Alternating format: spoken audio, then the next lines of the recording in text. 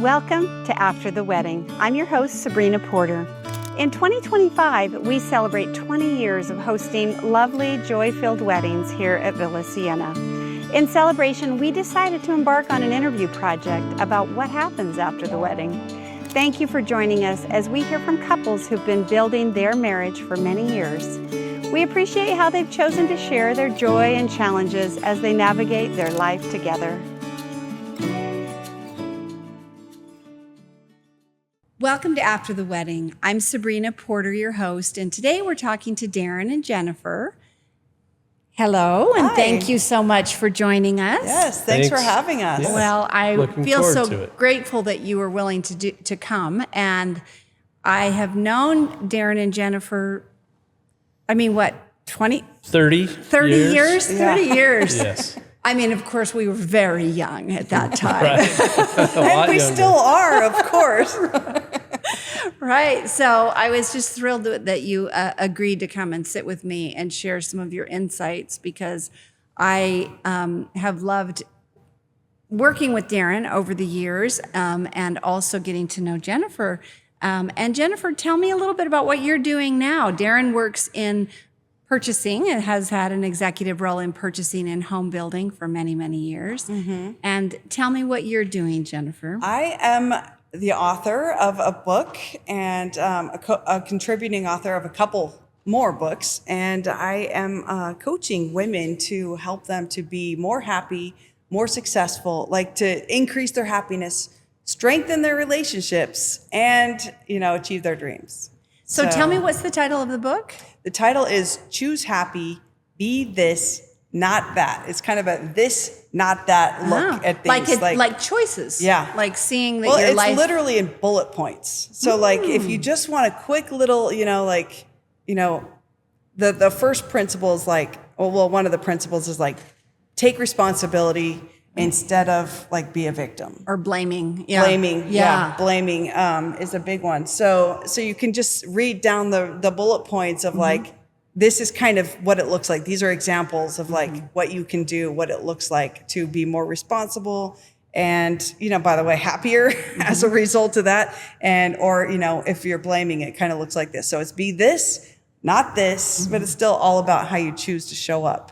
And so I know it's so funny, the concept of choice, that I think every year I get more appreciative of choice and of making the conscious choice. Mm-hmm. And I think, leading a little bit into our topic today, marriage, I definitely have found that with my spouse, if I am focusing on something that he's done or said that I don't like, as opposed to the things that he's done or said that I do like and I do appreciate, the whole dynamic is so different. Yeah. And I think that focus on the good and focus on the contributions and the positive, it's really just a game changer in terms of how the relationship goes. What do you feel about that? Well, it's not only a game changer, it's scientifically proven that you can't feel angry or, negative emotions at the same time you're feeling gratitude.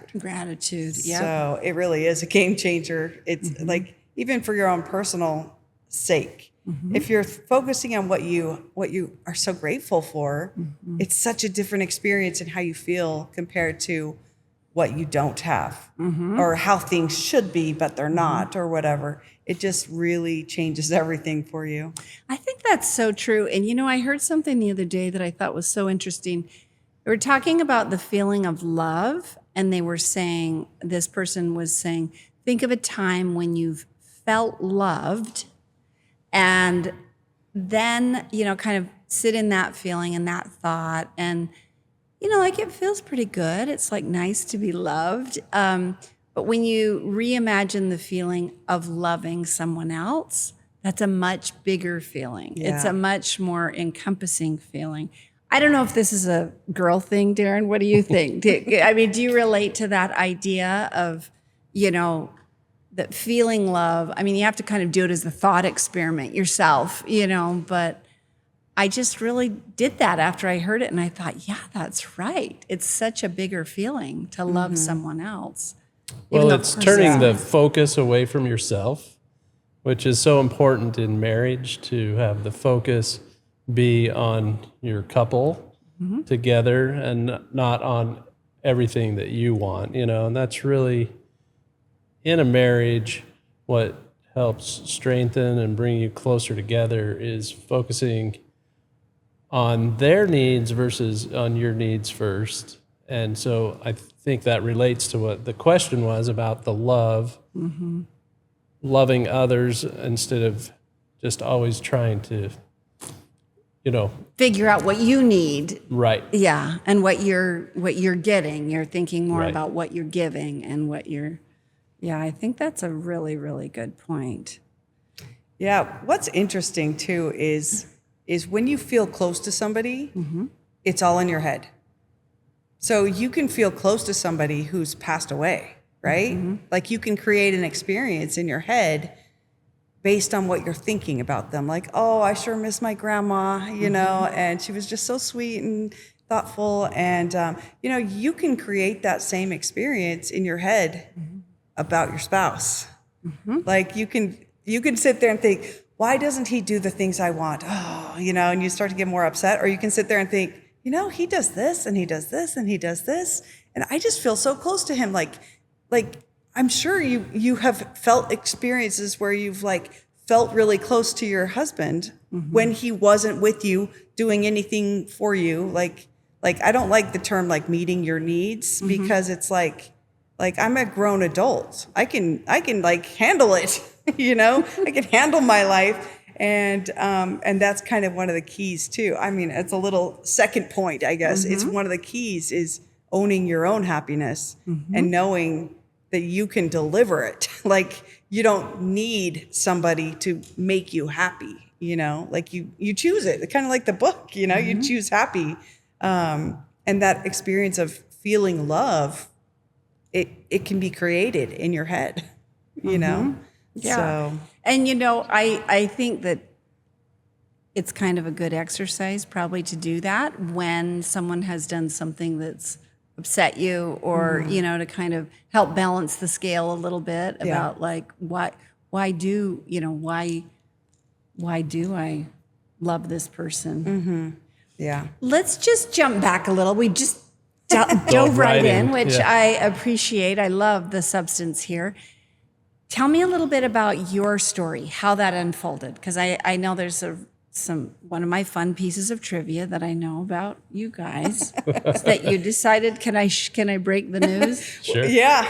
That they decided to elope, and that was something that I always thought was kind of a fun tidbit.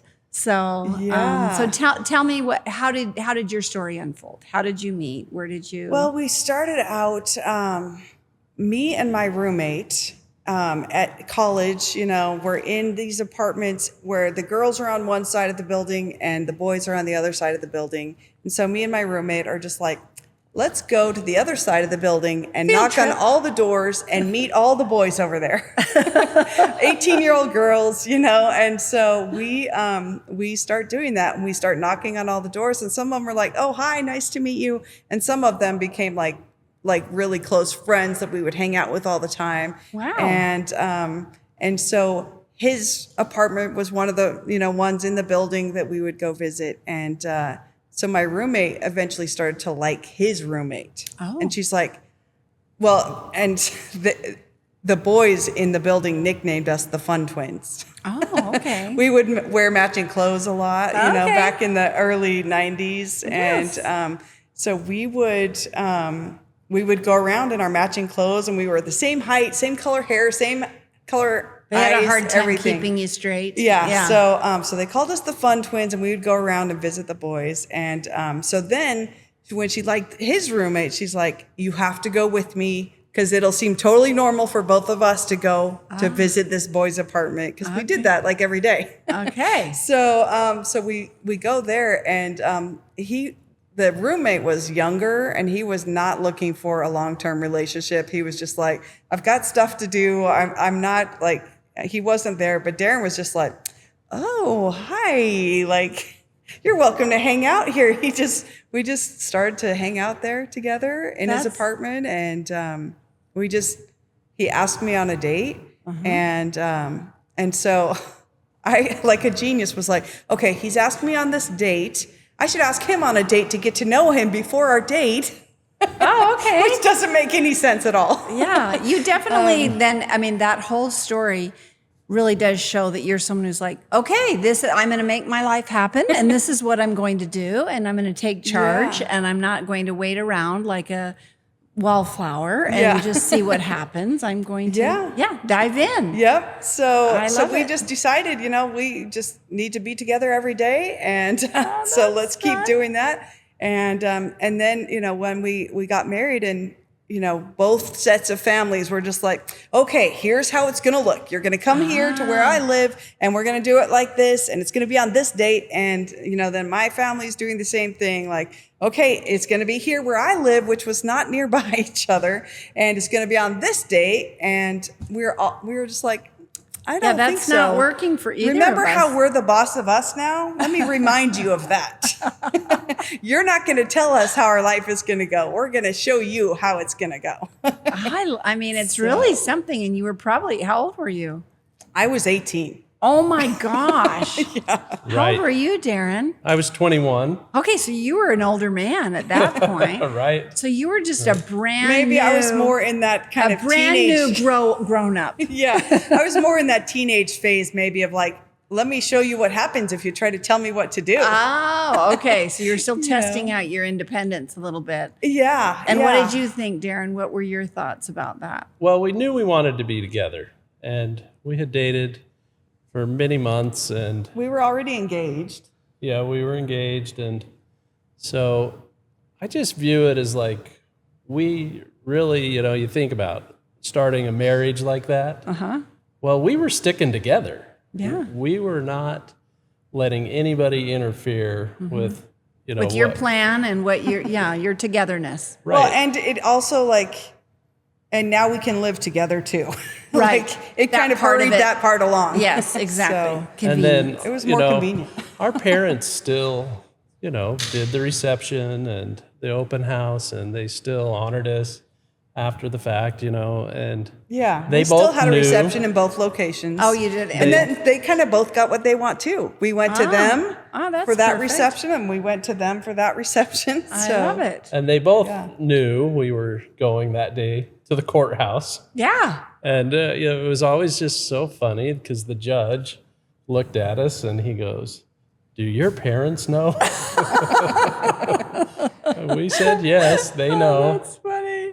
Yeah. It was, So he was, I mean, you had to have your birth certificate, I'm guessing. Yeah, I mean, we had did a a marriage few days of license. paperwork Beforehand. Yeah, Right. so it's not like you can just then- leave right this minute and hey, let's And go go get married. You have to plan a little bit. Yeah. So how many years have you been married total? 33. Oh my goodness. Yeah. Yeah. I mean, you guys don't look like you could be married 33 years, but I know. That's the benefit of getting married when you're 18. I guess so. Like my oldest child is 32, but you would never know it.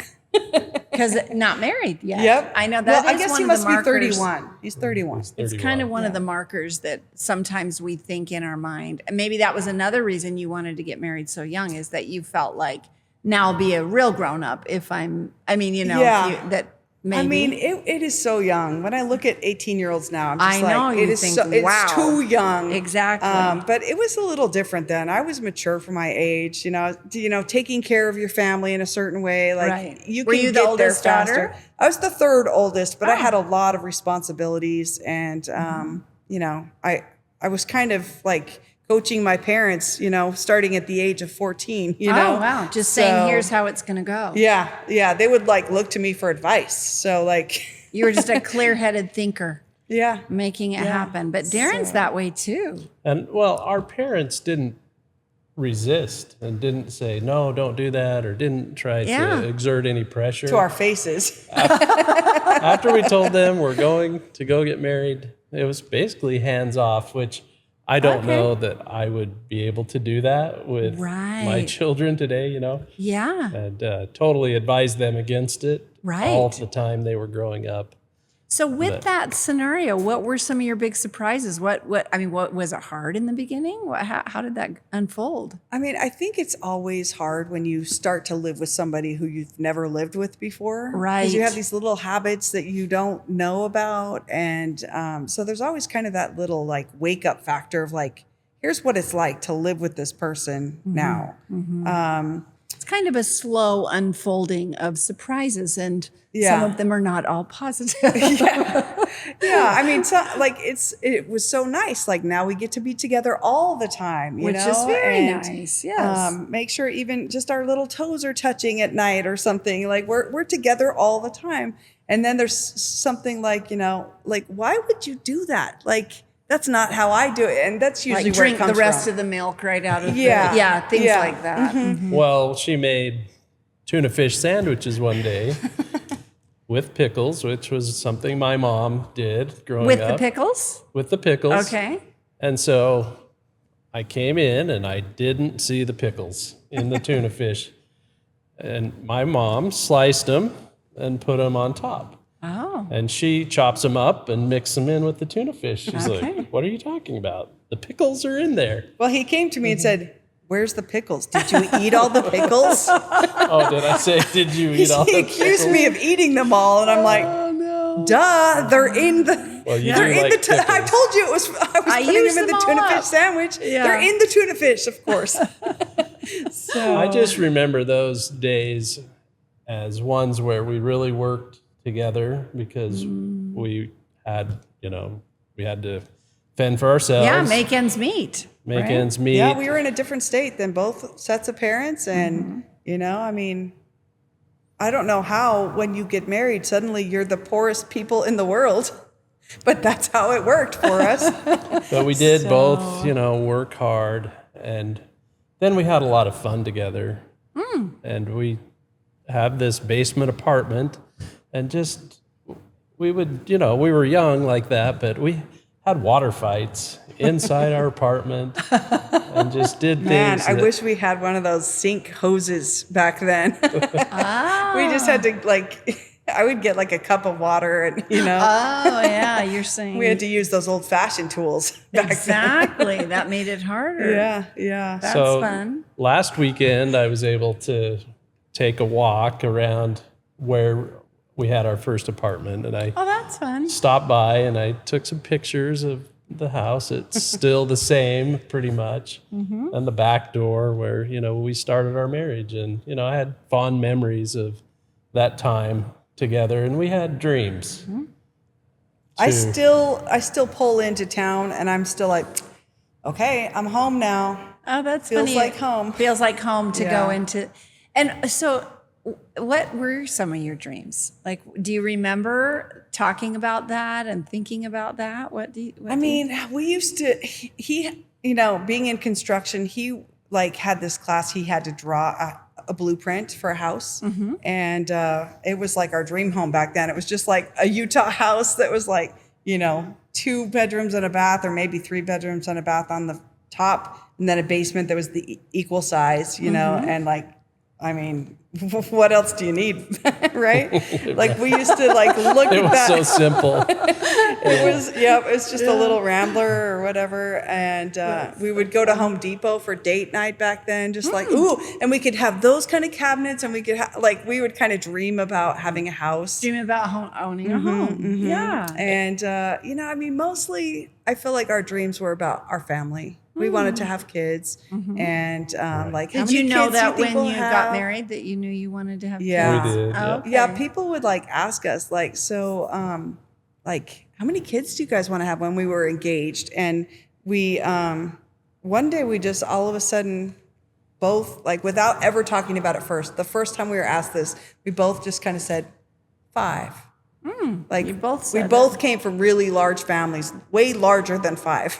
Yeah. So How many it's- did you have in your? There was 9 kids in my 9 in family. yours. Yeah, I'm one 7. of 9. And you had 7. Yeah. Right. That's a lot of kids. It was a lot of kids. And so it was less than that, but still more than the normal average home. But to me, it was kind of like a sign. When we said the same number that was both different than both of our families, we were just like, huh. So that was it. It seems like we're supposed to be together, I guess. And then, when we had our 4 kids really close together. Like before the oldest was 6, we had 4. Wow. So it was very close together. And then 8 years later, we had our youngest. Oh, yeah. So that was our 5th I one. just had a Darren flashback, and I remember this is something Darren said. This was a long time ago. And you said we were talking about, I don't know what the context was, but we were talking about, working all day and then going home at night and what that was like. And what you said, which I thought was always so insightful and so good, he said, it's really just all about how you set your expectations. If you set your expectations that there's going to be job number 1 from, 8 to 5 or 8 to 6, and then there's going to be job number 2 from 5:30 or 6 to 10:30, that's your expectations, so you must have been in the thick of it then. Right. And it's definitely. I was always in the thick of it. Exactly. My job never had an ending an time ending. of day. But his expectations for his role, about that, because you probably, when he got home, he'd had the relative calm of work. Yeah. He would be like, I know a lot of husbands kind of feel like, right when I walk in the door, I don't want to hear about the stress of the day or whatever. I just need like some time to decompress. And I'm just like, decompress? What do you think that commute home was? That's your time. Like, how much do you think I would give at this point to be in a car by myself without anyone pulling on me and saying, Mommy, I need this, or crying in my face, or, I'm like, and furthermore, you spent your day at a place where people talk to you very professionally all day long. Yeah. Nobody talks to me professionally in this house. So, She is a really great mom, for sure. Okay, so Darren, what were tell us your thoughts on that. Well, it's still a work in progress, right? It's just what you prioritize. And I could have done better over the years, for sure, making my wife and my family more of a priority, because I would get caught up in work and just feel the pressure of needing to get something done. And it's hard to find that balance. And it still is hard to find that balance, and have to reset often. Like, what is it that, I should really be focused on here? But I just remember those days raising our children, because she did such a great job with our family, that those were just fun days, and days that, now I wish we had some of those days back. Isn't that true? That is true. Sometimes the stress of the working and then coming home, or, being at home, and it gets pretty quiet when everybody grows up. Yeah. And our so, youngest is a senior right now. So we just have these last few months with him before he graduates. And then, he's going to be off on his own. And he's such an introvert. It's hard to get him to talk out loud. Okay. So just being with him is kind of how you have quality time. You just sit next to him while he does his own thing with his headphones, and Yeah. And when he's married, I think fishing is. You always hear about men going fishing together, and they maybe aren't even talking that much. But Right? people well, I'm who just like to anticipating it being harder. Like when he's married, because he's not really much for talking. he finds the right person. Yeah, to talk to us, it's just going to be harder to connect with them when we're not with them all the time. Right. So I'm just anticipating it being kind of hard for me. and it'll have been 31 by the time he graduates, 32 years that I've had a child in the house the whole time. That's a long time. And suddenly no more. So Well, there might be some things that you're interested in doing, developing a little more. Yeah, I'm writing another book, and I'm doing courses, Oh, good. and with my coaching, it keeps me busy. So the coaching I think is an excellent thing. Yeah, it's real. Apparently, I've been coaching my parents, like I said, since 14. So apparently, not everyone like knows the same things as me. My sister keeps reminding me, like, she's like, "Oh, that's genius." I'm like, "Oh, is it? Oh, okay." I just have Just a lot the of life experience, you know? that you've had. Yeah. Absolutely. So, And so did you guys, I mean, as this whole life, you built this whole life together. Because I know, a lot of people do, you chose to stay home and that is the structure that you kind of built together. And was that a big choice? Was that something really important to you, or was it something that just sort of happened that way? Or Yeah. were you surprised by that when I was determined to be a stay-at-home mom. Okay, so you knew that's what you and wanted. I'm so grateful that I had that option, because it's, nowadays it's a lot harder to have one income. Exactly. Right? I think it's very rare for young people to be in that Yeah. situation. Yeah, and I know that there's some mothers out there who are like, that's okay, I'm good with working, and I know there's some who are like, I really want to be a stay-at-home mom, and I really have a lot of compassion for them. That I mean, it was an option for me, and I like, mother is my most cherished role, and I took it very seriously. I have an entrepreneurial spirit, and I would always come up with these business ideas, and I would just say, nope, I'm a mom. That's what I'm doing. And now that they're starting to leave, and I just have the maybe one left. that will now be- I'm starting to like let those wings fly out. So, Absolutely. No, I so think yeah, it that's was a amazing. deliberate choice that I'm very happy I was able to do. Nobody's going to be a better mother than I am for my own kids. And so I didn't want. Yeah, to and there are even outsource some that. dads who are making that choice too now. Yeah, you true. know that they're particularly as many young women have really advanced in their work life, and Yeah. that has. Yeah, so I think My we're brother seeing does more of that. Yeah, He loves it, and loves his it? wife loves to work, and So that he works loves for to be them. home with the babies. Yeah. So yeah, it does work that's for them. good. I mean, I think it does. It does seem like it works. Yeah. Well, growing up, those were the traditional roles, right? The mother Right. stayed at home, father went to work. And, so for sure I was willing to do that for my family, go and work hard and make sure that they were taken care of. But I do see with our children now, they have all sorts of different dynamics than us. Exactly. And it's just fine. It works Exactly. for them, and they work it out. I think that's exactly right. And I think it's, those roles may be changing and the people trade off and people are doing all kinds of things to make it work. Yeah. And so I think it's time changes, It really does. as the eras go on. Okay, let's delve in a little bit. I'm going to share another memory that I have of you guys. And that was we were at an employee sale of furniture. And so this was 20 years ago, I'm guessing, maybe 25. It was a long time ago.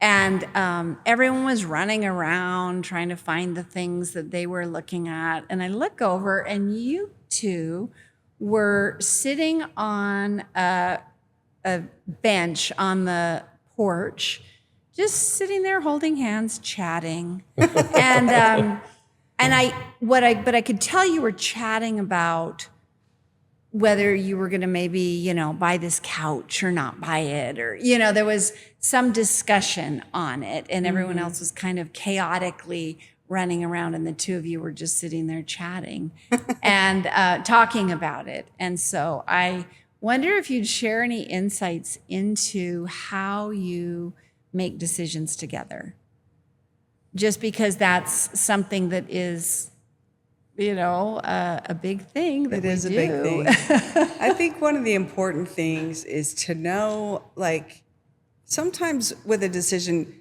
something is more important to one of you, and so, like, I feel like I've been pretty good at, if I can tell this is important to him, I'm just like, you know what? I can be okay with that. Like, it's not the thing that I would probably choose, but since it's not very important to me, I'll let you have this one. Do you feel like it's always different things that are important to each of you? Or are you sometimes like, this is a 10 for me? Well, it's a 10 for me too. We sometimes have that. Yeah. Yeah. Sometimes it's like that, and then we just talk it through, and like, we lay out all the options on the table, like from the most extreme on one side to the most extreme on the other, and try to find, what works for both of us. And we're pretty good at it, although not perfect. So sometimes, yeah. I feel like in the early days, I probably gave up a little too many times. Like that's interesting. I would kind of like just be like, well, kind of that old traditional like I'm going to concept of accommodate like to I'm the him. wife, and like I should just let him. I kind of felt like I accommodated a little too much sometimes with those kind of things, and I don't know if it's because I'm so good at that, and I'm just like, well, I can Good at I can take one, accommodating or good? just like good at like, well, this is important to him, and it's not that important to me, so I'm gonna let it go. Or if I was just like kind of conditioned with my parents, like I was kind of coaching them, and I was 14, so I was kind Sounds of like used you to were a this pretty kind mature young Yeah. person. and admittedly, I also would maybe exert more control, which over the years, I've had to learn, like the way you load the dishwasher maybe is not the way that I load the dishwasher, but it's perfectly fine the way Yes. you did it, and I don't have to come back and redo it my way, and that was, the dishwasher is a simple example, but when I realized that that's what I was doing, it applied to definitely other areas within our marriage, and I've tried to back off and be. Do you think that some of that control, that whether it's, one partner or the other, if they're having a need to control things, do you feel like, I sometimes feel like that's coming from stress, just overall stress, but what do you think that's coming from generally? I think it's usually we're trying to manage the emotions of the other one. So that's what I was doing when I was like, I'll just,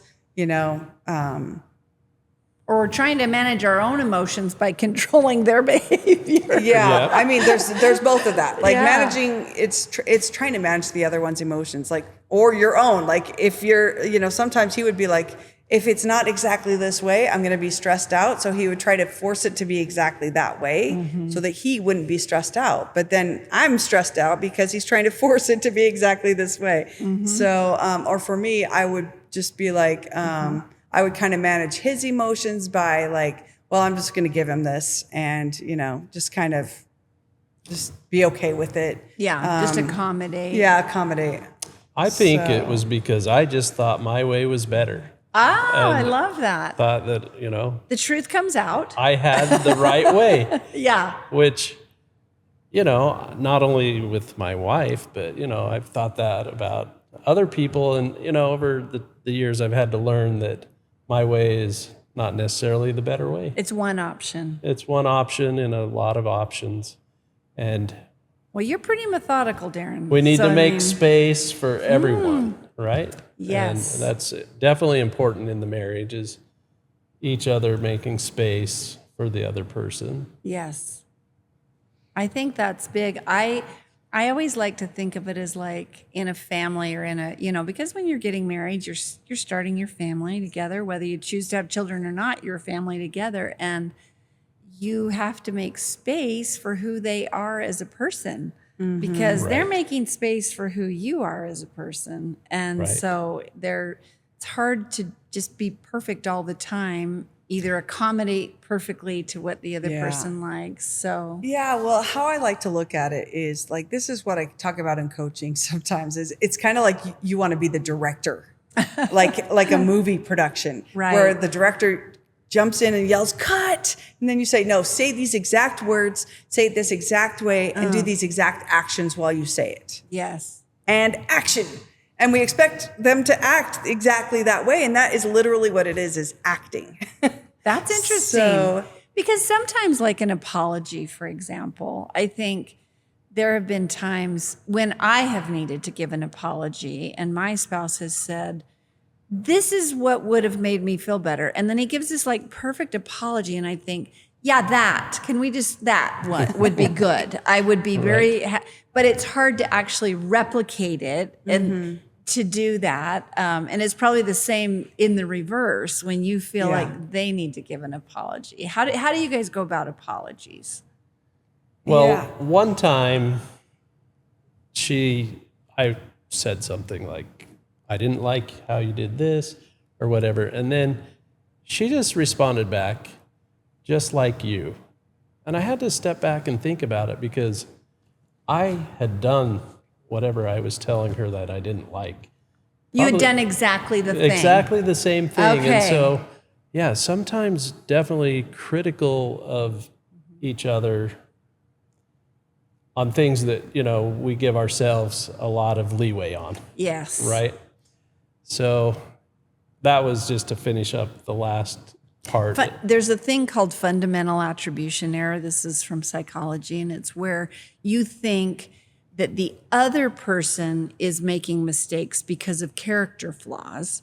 And you think when you make a mistake, it's due to the circumstances you were in. Oh, right. You know, that like, well, I was late, so I was hurrying, Right. or, yes, somebody stopped me and they startled me. So that was why I did that, Yes. as opposed when they did it, they're just thoughtless and rude and, that other person. So I think that is a human trait that Yeah. we all have, It is unfortunately. true. I mean, this is one of my foundational principles for relationships that I really try to remind both of us of all the time is this is an event, not an identity. So let's focus on what's happening right now. The actual things, the that behaviors, happen. the Yeah. words that were said, what's Right. actually the event of right now instead of who you are as a person, who I am as a person, my Right. character, my whole, your whole identity does not rest on this one conversation. Or this one time when I left the keys in the car. Yeah, yeah. So Right. it's so damaging when you attack somebody's identity or character, when you call it well, you just did this because you're thoughtless You're or because you're thoughtless, yeah. selfish or you're lazy or, when you try to label somebody's identity in those ways, it's very damaging. And what happens is you say it with all the passion of your soul, right? Your voice is and and then later when you apologize, when you say it nice and calm, oh, I'm sorry, I didn't mean that. Well, Doesn't quite match up with what it had doesn't happened. match. Yeah. And it's what are you going to believe? The one that you said with all the fervor of All the your whole passion. soul, Right. or the one where you're calmly yeah, I didn't mean that. Right. You're the subconscious mind can track that and it's going to believe the emotion every time. So I just find it's just really important to really mind your mouth, make sure you. So what do you do? So say you're working up a good head of steam, you can feel it coming. What do you do? What's your strategy for, all right, she left the keys in the car again, hit the lock button again. Now we've got the locksmith coming. Okay, whatever it is that has happened, what do you do? When you know it's coming, one of you's mad.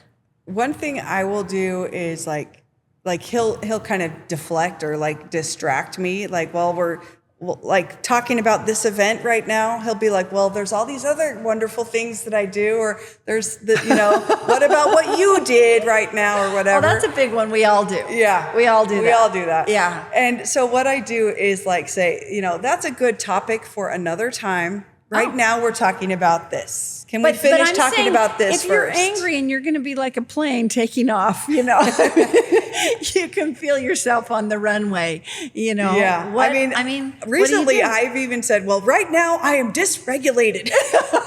That's it. That's a good one. And then he's ooh, okay, I'm going we to all back know, away slowly. Well, we all know what that means now. We didn't know Yeah. what that meant before TikTok came along. But Well, I really want to solve it. yes, Right? And I I'm know that about you, Darren. charging in. Let's To get this solve it. done and over with. Yes. And so I've had to recognize to give her space, to give her time, let her walk away.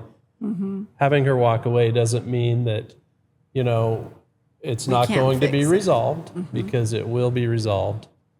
Well, and it I want to solve it too. I have that desire to fix too. I've been fixing, people since I was 14.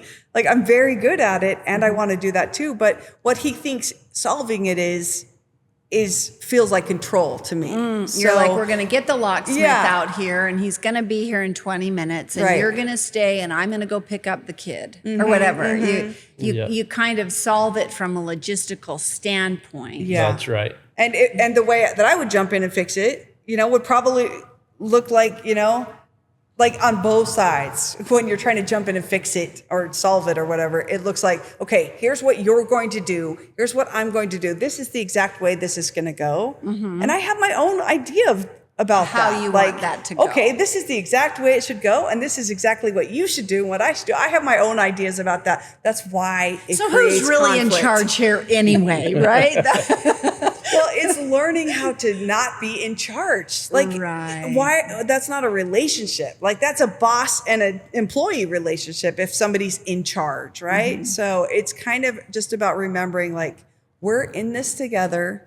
We're both equals here. There's not one up here, one down here, and that's really how we want it to stay. And it's like just kind of a reminder, like, I literally will remind him, like, let's stay on the same level. Like, let's not be up here or down here. Right, just trying to take control of the situation to solve, which I think a lot of people do have a tendency to do. Yeah.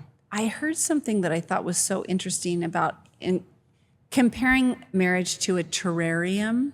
And so when you think about why do I not want to just, like, what is the motivator to not try to just take charge of a situation to resolve it?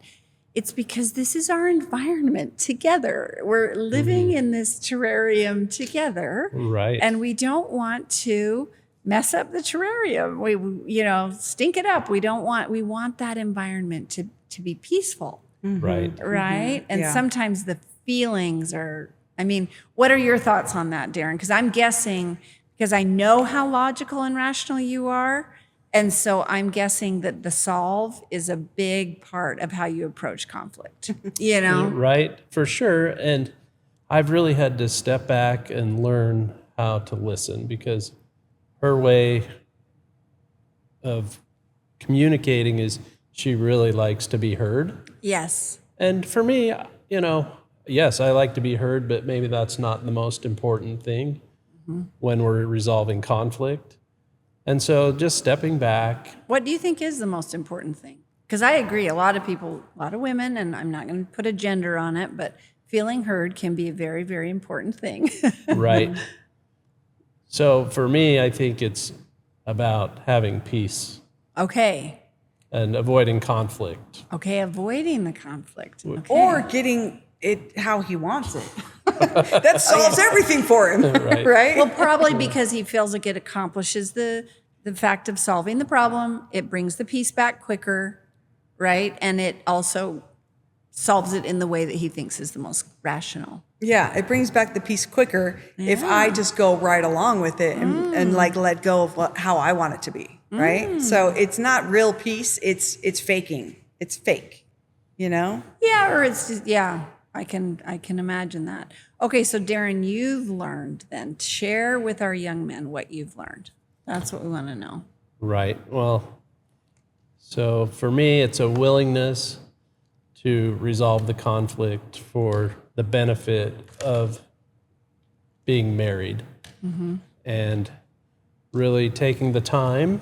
So it's a time commitment. Yes. And what is it you're doing during that time? Just really listening to understand where she's coming from, and then taking that and acknowledging it back to her. Oh, so do you reflective listen? Do you say, so what I'm hearing you say is that you thought the keys were in your purse, Right? and you're feeling pretty frustrated with yourself that you left him again or whatever, right? And it is that. It's trying to reflect back, and it's really just seeking more understanding. And sometimes I get it wrong. Right. And she says, no, that's not really what I was saying. I was saying this. And, I have a short temper, and sometimes I'm not in the mood to, go through that process.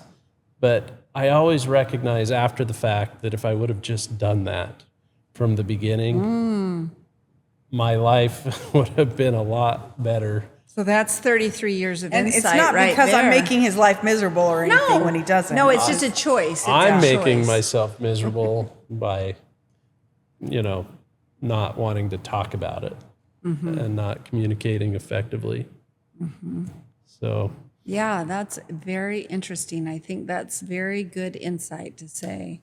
the one thing that I've always said, and one of the reasons that I got married was to have a family, but especially as our children are leaving home now, is that I don't want to be alone. I wanted to be with somebody that was my best friend and that we could have dreams together and still have dreams together and still work towards common goals.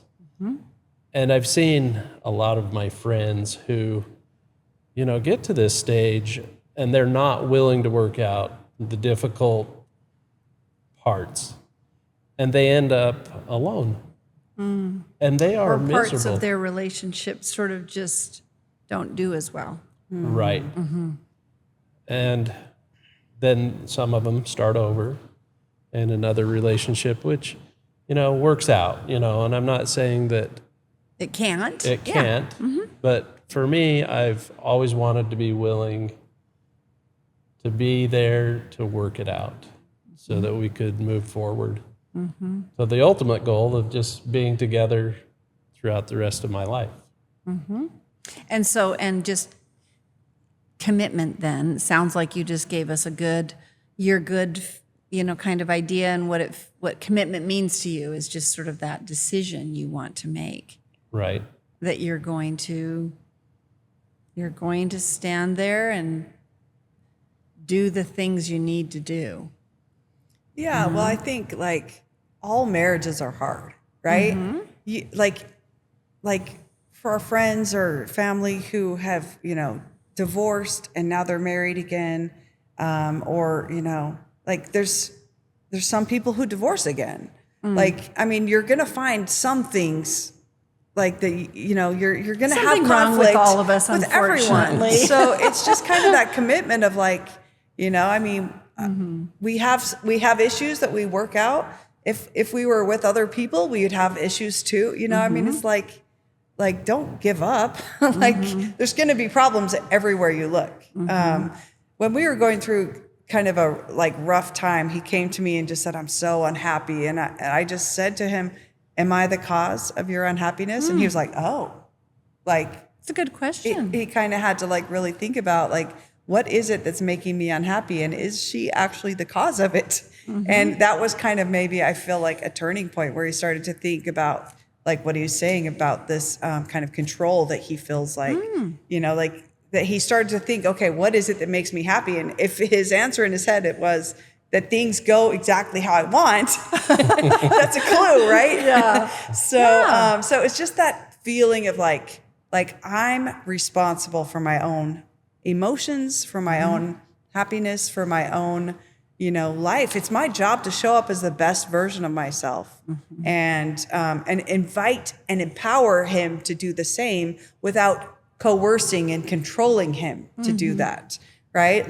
He can act like, a teenager, a rebellious teen, and I can still be a fully grown, mature adult over here. Right? I can just be okay. I'm just gonna I can emotionally detach from that and still be okay no matter what's happening on the other side of the street. I heard something that I thought was really nice. They said it was a Buddhist woman teacher person, and she said, "You are the sky, not the weather." You have to kind of be the sky in whatever is happening so that as the weather comes through. And I actually think that's a good insight, even just for our own emotions. Yeah. That sometimes our emotions make a bigger thing than they really are. And that those feelings are going to come and they're going to go, Yeah. and that sometimes those emotions drive us to do things that maybe are not so good for our terrarium, It's true. It's true. Yeah, one of those things is just having expectations that you've made up for Oh, your spouse. for the other person? Yeah, they're made Okay. up. That you didn't consult with them, didn't decide if they really wanted to do that, Right. Expectations for their behavior or for them. what they do. What they do. Right. So, The way they, yeah. yeah, well, so just a simple thing like Yeah. washing clothes, you know, hey, had an expectation that that's what you do for me. Like you wash my clothes, okay. How'd you that iron go my for you? shirt, you fold them, you put them in my drawers Right. because I that's fully disclosed right on the wedding day. I'm not going to iron your shirts. yeah, she did. I hate ironing. It's up to you. Yeah. But that's what my mom did for my dad. Okay.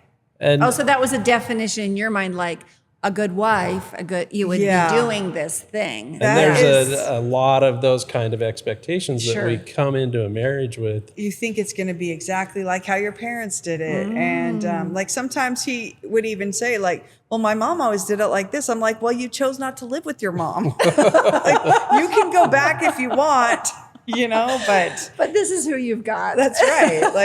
Like what's the point here? So And so I do my own laundry, Okay. and I'm perfectly Happy to do it. happy to do it and capable of doing it. You absolutely are capable. I am very good at empowering people. He's so empowered. He is empowered. And then we come together and we work together for the household and what responsibilities each one of us have. But it was a decision that we made together. And then we have, you know, expectations that what we planned will go through. But we don't create unrealistic expectations. Of what the other person Yeah. is going to The do. key, happily ever after is letting go of what happily ever after is. Oh. Like Letting go when of you it. let go of the expectations of how you think it's going to go. That's when you can be happy, because like so many times we like hold on to this thing, like nobody's life goes exactly the way you think it's going to go. Right, Nobody's exactly. marriage goes exactly the way you think it's going to go. And if you keep this idea of how it should be or how things should not be, like should is the problem. It is making you unhappy. And when you let go of those expectations and just like, you know what, I have somebody here who wants to be with me, who like, you know, I mean, there's so many people in the world and, you know, he wants to be with me and I want to be with him. And so if we can just kind of focus on like, here's somebody who wants to live with me the rest of his life, you know, like, let's just enjoy it. Let's just see how much fun we can have instead of like, well, this isn't how things should be. That's the key to be unhappy is should. Well, don't you think with the expectations, I think that's a really good point, that people, they come in and instead of giving it some thought to say, how do we want to build this together? How do we want to take the values that you have and that you've maybe come with from your family of origin, or just that you've developed over your life and the values that I have, and let's figure out how to get these to, you know, come up with something new that will work for both of us. And then how do we want to build, you know? And I mean, I do think you guys have done that, you know, built a relationship. And that's instead of like, okay, I'm expecting. And so, I mean, my observation from afar is that you've really built it. Yeah, you have to. I mean, you have to create your own culture. You have to, you can't just like be a little mini version of your parents, right? Right. Because we had different parents, different Absolutely. experiences. Like the way my parents interact with each other's vastly different than the way his parents do.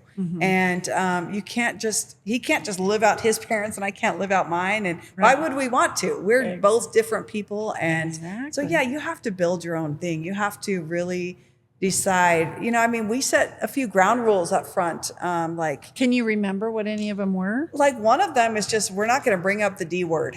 You know, like we're not going to throw it in your face. We're not going to fight over it. We're not going to joke about it. We're not going to say, well, you know, in the middle of a fight, like, As a well, let's threat just get or divorced. something. Yeah, Yeah. we're not going to threaten it. We're just not going to bring it up. Like, we're not going to mention the D word because off the I feel like table. that can be like a weapon that like, it can be terrifying if somebody's like, well, maybe I'll just divorce you. Like That's pretty like scary. It's Yeah. changing your whole life and your children's lives. Like that was one of the things we said up front. Like let's just good. not throw that word around. And you know, another one was just kind of like, let's only spend a certain amount without talking to the other one, right? Like we were poor students when we met, and it was like, you know, that has moved up over the years. You know, it was like $200 at the beginning. That was like a fortune back in 1992 when we got married. And To do what with that to money? not spend that much money without talking to the other one Oh, first. I see. Okay, that's So, that's a nice rule. So we had these just a couple of rules that we would set up with each other. to try to avoid having misconnection on that and giving Avoid some each miscommunications. miscommunication, yeah, and giving each other some room. Yeah. So when you think about, like, do you have any others that you can remember? Any other I ground mean, rules? there was one also. I feel like we maybe didn't always do as good at this one, but to only talk about our problems with each other. To not like say it in front of somebody else. Like sometimes the kids Oh, you're would saying be if around you were or like, arguing with each other, better to just keep that between Yeah. the two of you. yeah. Right. Sometimes Versus we would involving do it family or with the kids in the Right. room, I or think like that's sometimes very like even wise. mentioning it to the parents has been a thing. Like we could have done better at that one, but Yeah. I don't know. I did the first year. I talked to my mom all the time, but she was a therapist by trade. And I think her response was always like so in favor of my spouse that I think it was a very safe place Yeah. because she was always in favor of the other person, you know, Yeah. or kind of arguing their side basically. Right, But I do right. think that's unusual. I do think probably most parents have a harder time with that. yeah, it's Yeah. true. I mean, because your kid is the one who you have this unconditional love for. Well, and you know them very well. Yeah, you know them better. You can you know their weaknesses and stuff. And this other person was a stranger until they Exactly. brought them into the family. Sure. And you're going to take your kid's side every time. So I think that was another thing that we like. At least I personally, I had taken a class or read a book or something where it was just don't talk to your parents about your spouse because they're going to take your side. And then like, so at the beginning, I admit that I would talk to my mom and she would just like be so angry and like, how could he do this? And I'm like, Oh, wow. okay, note Yeah. to self, never tell her again. Right, You know? exactly. Because I still loved him. I was just venting, Sure, you know? sure. So yeah, they're not like, talk to your friends, you know, talk to, you know, I mean, your friends are going to do the same thing. But if you're just say, I just need to vent, then your friends will get that, you know? Absolutely. So So when you think about what you've developed in terms of your own habits for managing yourself and bringing yourself to the relationship, what could you share as an insight about just like maybe on that decompress ride home, or, you know, like let's say you're in a period where things are a little bit challenging because you're dealing with some challenging things and you're getting ready, you know, maybe you're going to go out to dinner and talk about it, or, you know, just anytime there's it's not always smooth waters in Right, life, you right. know? right. Can you share anything Yeah. as an individual that you think about doing, or? for me, I just like he'll kind of shut down sometimes, like just kind of like, you know, like I guess you'd call it stonewalling or something, where he's just kind of like off in his own little mind, you know, in his own little world. And, you know, I can tell he's upset at me. He doesn't want to talk to me. He doesn't want to like, you know, and then like he'll come back Sometimes like people feel like they might be able to work it out in their own head. I Yeah. think that happens yeah. sometimes. Well, at the beginning, I would kind of like spiral down with him. Just be like, okay, I can tell he's upset, so I need to be upset too, and just like kind of get my emotions involved in the same process. And I finally realized like I didn't do anything, and I don't know what's going on, and he won't talk to me about it. So I'm just gonna like go on with my life. And just, you know, I'm very good at making myself happy. Like we have these little things, computers in our hands that like can entertain you for days, right? So I'm very good. If you've been stonewalled, just you got your phone. I mean, there's plenty of things to keep you busy with on there. So I just started to just kind of like, okay, that's an interesting choice, and just kind of like not get upset with it. Just kind of go on and just act totally normal, and just still interact with my children in the same way, and like not act angry towards him, you know, just. I just was kind of like, okay, well, I'm just going to keep on going. I'm just going to keep on living my life. And he even came to me and said, you know, when you do that, it's actually very helpful for me, because he started to realize. It just gives space. Well, it's like it was almost like he wanted me to spiral down with him and feel guilty. And and when I stopped doing that, then he kind of had to like suck it up and just like, you know, she's not going to come, you know, make me. I need to say what I'm upset about. Yeah. I mean, it just kind of made him like kind of get over it faster, because I wasn't colluding in this dysfunction, I feel like. So that was what I did. I think that happens pretty commonly, even reversed, where maybe wife's upset, husband's saying, Yeah. what's the matter? And she's saying, oh, nothing. You know, I mean that, and then he has to keep asking, and you sort of. What I do in that situation, like, is like a magic bullet. I take them at their word. Yeah. He says, I'm fine. I'm like, okay, great. And then, you know, here's a new topic. Let's talk about this interesting thing that I read about today. Like, I just act like what he said was 100% true. And I then take that's him at his the word. responsibilities back on the other person, that if they do in fact have something that they want to talk about, they're going to have to bring it up. Yeah. Yeah. Well, it honors their boundaries and doesn't let you like get sucked into that trap, you know, of like acting. And, you know, usually if there's kind of a fight, there's like two sides of the dysfunction. One does this thing and the other one does the equal dance, right? So it's just like, just choosing not to get involved Choosing not in to that. engage in that dance. Yeah. What was your insight? So what I feel is most helpful is that we actually build our relationship outside of the times when we have disagreement. Right. So we have a lot of fun together, Yes. and, you know, we still play, you know, we don't have water fights, but there's a little video game that we like to play together, and there's shows that we watch together. And Right. We go on a date every week. go on a date. And so building our relationship that way really helps us in the times when we have the disagreements. I could not agree with you more. I think that's a huge insight. We're talking about disagreements because those always seem to be the hard part. But I think investing that time, you know, doing things together, and like when you said, okay, let's talk about something else. I'm going to tell you this interesting thing I read today. That is so important. Just that it sounds like you're doing that continual, you know, doing fun things together, but then also sharing what you're thinking about, right? Or something you read, or something that happened at work, or something that's your person to share, Right. right? And talking about phones, right? Yeah. So this was a bad habit for me, to be out on a date at dinner and just checking my phone. Checking your phone for You know. emails or work things. And she pointed it Even out to me. answering his phone for work things. Yep. And so I started to leave my phone in the car. Oh, nice. Be like, you know, I can spend this hour with my wife without having my phone. Like, the phones are a new thing. Didn't have them. We growing weren't up. we weren't very important before, and we're still not very important, right? Right. Yep. They can call 911 from the restaurant if we need to.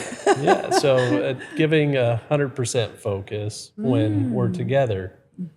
And you've seen it. You go into a restaurant and both people, they're out on a date. Yes. She's only on her phone because he is.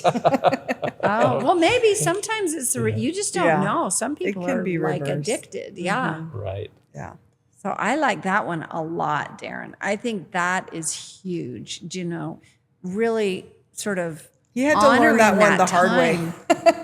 Yeah, but that's really an honoring the time that you're having together, where you really have set it aside to, especially if you are both really busy, then that Right. time you've set aside and let's connect. Let's have a real conversation and let's connect. Yeah. So I have another example Oh, of good. our own marriage is that I'm an early bird. I wake up early, I go out, I exercise, and go to work. And by the time I get into the evening, You're tired. tired, I'm ready Falls to. asleep in front of the TV. 8:30. Yeah. And she's always loved to stay up late because it's time alone, Sure. especially when we were raising our children. And she had that alone time. I And still always got up with the kids. I was always, I just got less sleep when I stayed up late. But so for us, that dynamic has played out like, yes, I had an expectation coming into the marriage that we would both be on the same sleep schedule, Oh, yeah. But we've used it to our advantage. I take the morning shift. I help the kids with breakfast. And this was, later on when our children just were going when to our youngest school. one was really kind of the only one home. Yeah. But I took all of my kids to school, in the morning, and then she stayed up for when they were out on dates or out with friends, and I was wiped out, and she would stay up and wait Go for pick them up at midnight.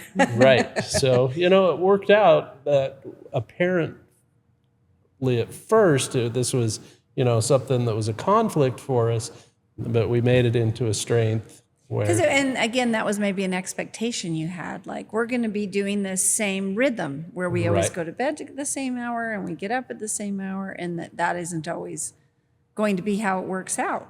Right. Yeah. Yeah, because of people's individual preferences, but also just work schedules and life, Yeah. can really disrupt that. Well, I do love how we can be grateful for how it just worked out really excellently, because like our youngest one will still like come home at midnight, and he's been in bed for hours. Right. And so that like I wouldn't feel comfortable without having them see, one of our faces when they got home. Yeah. Like, so I'm willing to do it, and I don't mind it. I love to stay up late, and it's a bad habit I need to kind of calm down on.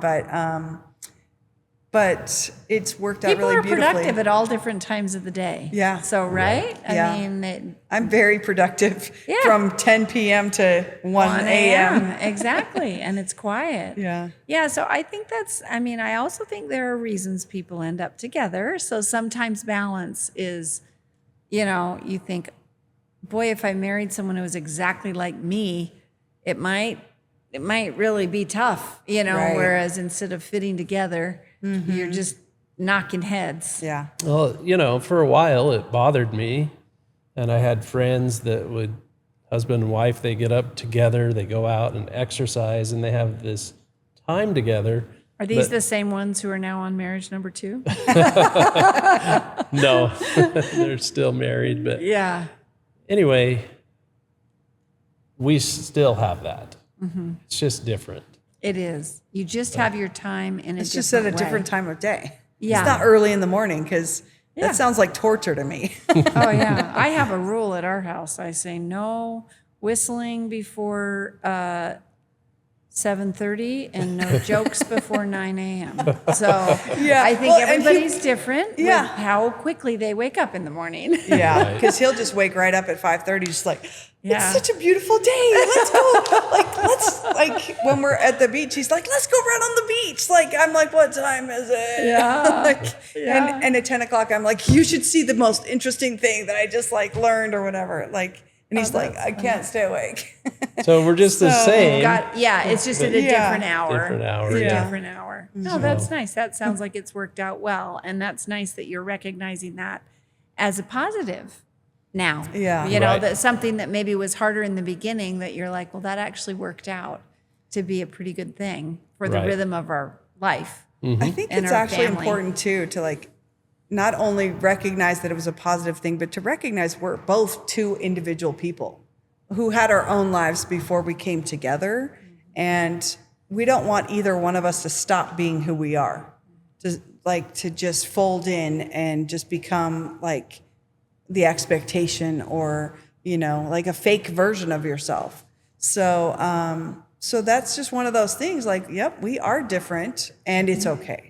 Like we did, we figured it out. It was maybe different than what he hoped for or expected. Yeah. But it's worse now. Now that I have just one at the home, I stay up more late and get up more late because now I have that more freedom. I don't have little kids around Right. that, I have to Right. really take care of. So it's gotten a little worse, but I'm also kind of getting close to menopause, and that really helps. Like it makes Sleeping. that part worse, right? So it's kind of part of just the physiological changes, Yes, like that you're just it's harder to adjusting to. sleep, yeah. So there's just a lot of different things, and he doesn't have anything similar that it's going to make him not be able to sleep well, So it's like just recognizing we're both two different people.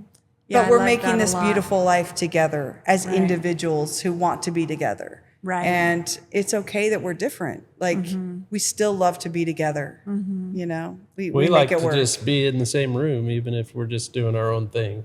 See, I think that's pretty sweet. I think that's something to really take in and enjoy. Yeah. That is a beautiful thing in this world, that you're able to kind of nurture that and keep that alive and Yeah. keep that going. And I do think that being your own self and, each of you having enough room to be your own self is Yeah. a big part of that, It right? is, And almost loving each other in spite of some of those things, some of those differences. Yeah. That you have, that you will have differences. Right. Right. And why wouldn't we want there to be differences? Well, I don't know. We always seem to not want that. We always right think at the we want get-go. the exact think twin of we- us to be married to. And I Yeah. think it would just force you to see all your weaknesses all the time if the other person was exactly the same as Exactly you. like you. It's usually complementary weaknesses and strengths. Like what's weak for one is strong for the other. And so it gives you kind of that feeling of like you really respect that. You really want that trait for yourself, and it's kind of a weaker thing for you. I'm glad you brought that up, because do you feel like there are things you've learned from your spouse, learned from the other person, that have basically made you a better person because you've learned from them? Yeah, Darren is a really hard worker, and my I do family know would my siblings are kind of lazy.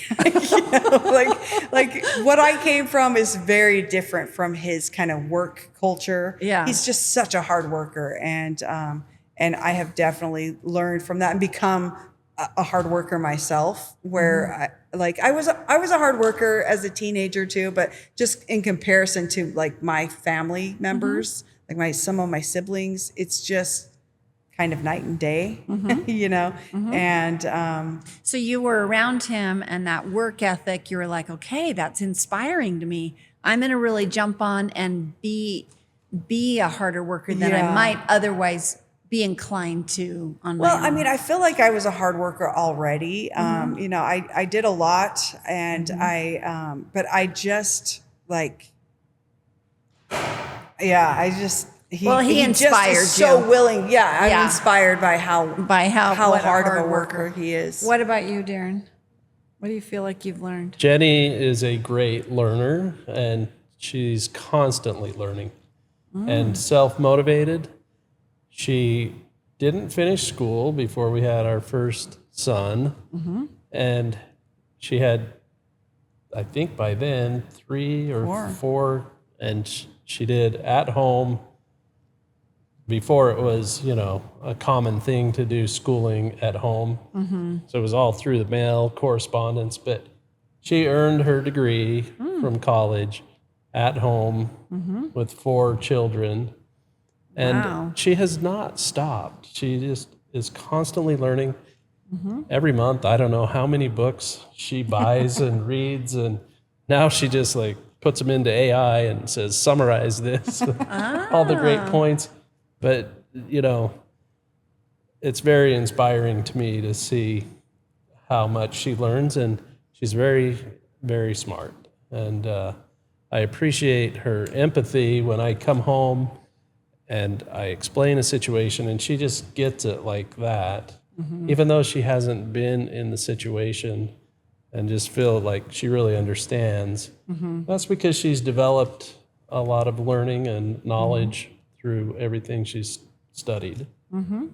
No, I think that's a great point, and definitely those are two different kinds of things. And you can see, like when we were saying, when you marry someone who's different than you, some of those things there are reasons, why that connection was made in the beginning. Yeah.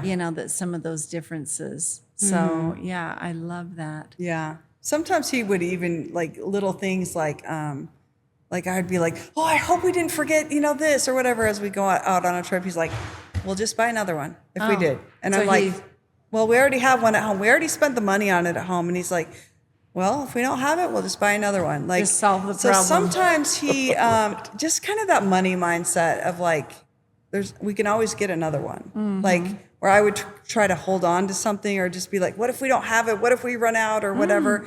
Like, because that's kind of where I came from, like more poor background. And so I feel like that's another thing. Sometimes I'm just like, I don't think I would have really ever thought like, well, let's just get a new one. Like, Yeah. I'm just like, why did we get rid of that thing? And he's like, let's get a new one. I'm like, okay. Yeah. Like, it just teaches me to kind of like, just like be Take more, things a little more in stride and yeah, be able to on the problem solving. He's like a superstar problem I used to be scared of solver. spending, and now he's kind of like taught me like it's okay, like Get used everything's to that one fine. pretty quick. I mean, I still sometimes I'm like, why did we get rid of that? And he's like, let's buy a new one. And I'm like, nice. oh yeah, we can do that. Yeah. Well, and she's really helped me learn that it's okay to set boundaries. And I'm a people pleaser, and, that's been very helpful to me to know when I'm going against my own, I guess, character traits to accommodate somebody else, just because I want them to. You want to be sure that it goes well and you want them to feel good about you Right. and get the gold star. I always say it's the gold star problem, Right. that, if you feel like, okay, I have to do this thing because that's what I do. But you're saying she's helped you see that in yourself and be okay saying, I'm going to set a boundary here because it's okay if I don't get the gold star. Yep. And Yeah, well, a lot of times you don't even get the gold star in the way you think you will. Like we think we're pleasing people, but they're not even pleased. Like it's never enough, really. That's So interesting. like it's kind of part of that realization is like, how pleased are they? Like, why are you betraying yourself for something they're not even pleased about, right? Like most people you can't really please.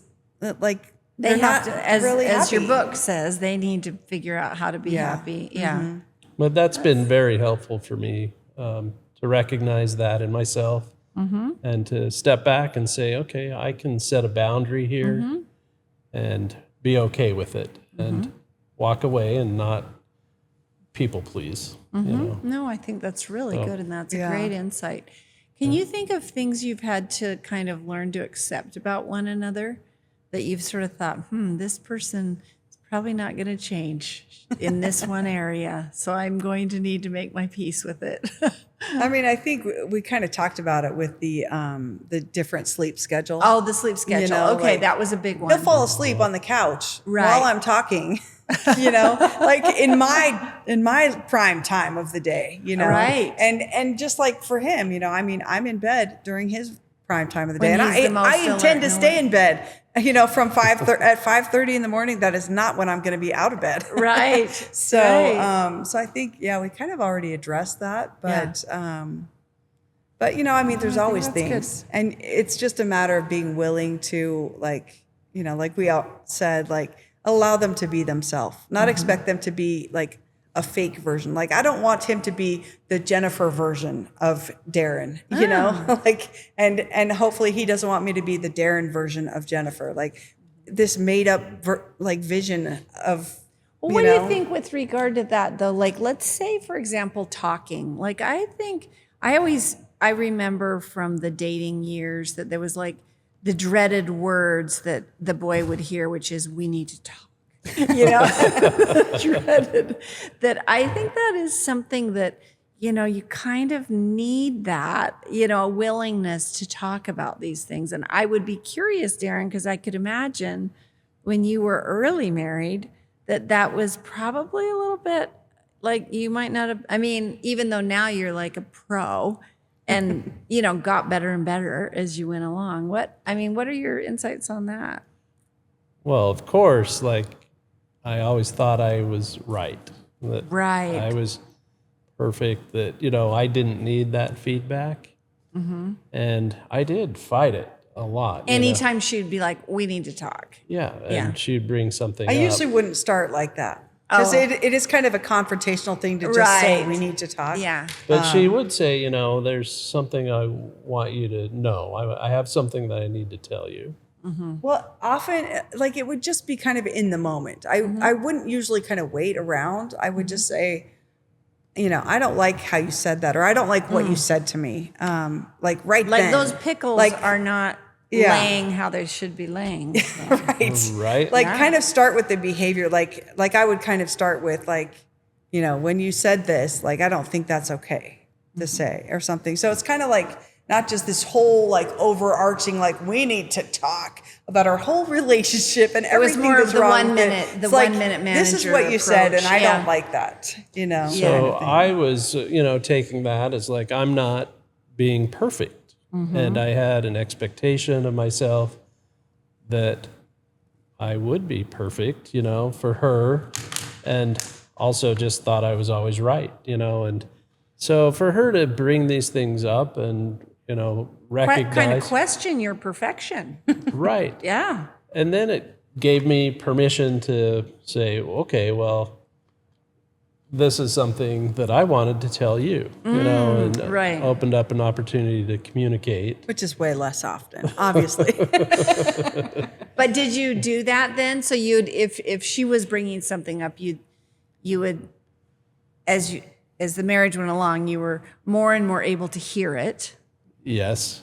I still, you know, will slip into what she said before, like she wanted to talk about this, and I'm like, well, what about all these other good things that I do? Like, Yeah. why aren't we talking about those? Right. You know, and I think everyone has a natural tendency to defend. I mean, Right. that's a mechanism to defend is for Right. like, hold on. There's a whole bunch of good things. And Yeah. yeah. when we do have these talks, I can, you know, defend myself and just express how I was thinking about something. Sometimes our communication isn't what we intended, you Yeah. know, and we can clarify that. But yeah, it's just been good to really be able to open up and not be worried about being perfect all I the love time. that. I think there's a lot of people who feel that way, who feel like they need to be perfect. Yeah. And Jenny gave you room to not be perfect. I mean, Right. even though she was mad at you. Or to expect her to be perfect Or, yeah. as well. Well, I also told him, like, who are you hiding it from? Like, I already It's know. just you and I'm me. the one who told you.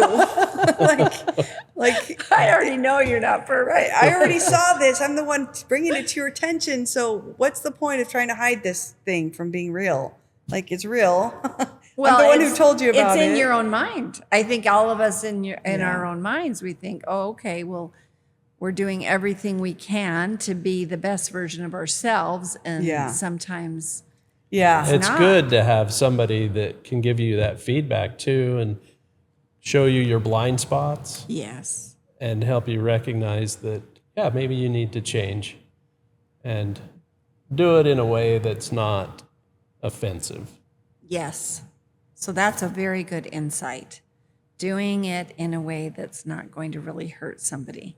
That's a really good Yeah. thing. I think the other thing is like I'm usually very good at keeping my emotions separate. Like Okay. it's such a thing. Like it's psychologists call it fusion when you're emotionally fused together. That like when one goes up, the other goes up. One goes, you know, like it's just your emotions are like tethered together, right? And so I've been really good at like usually keeping my emotions my own. What's and your technique? untethered. What's going on in your brain when you're doing that?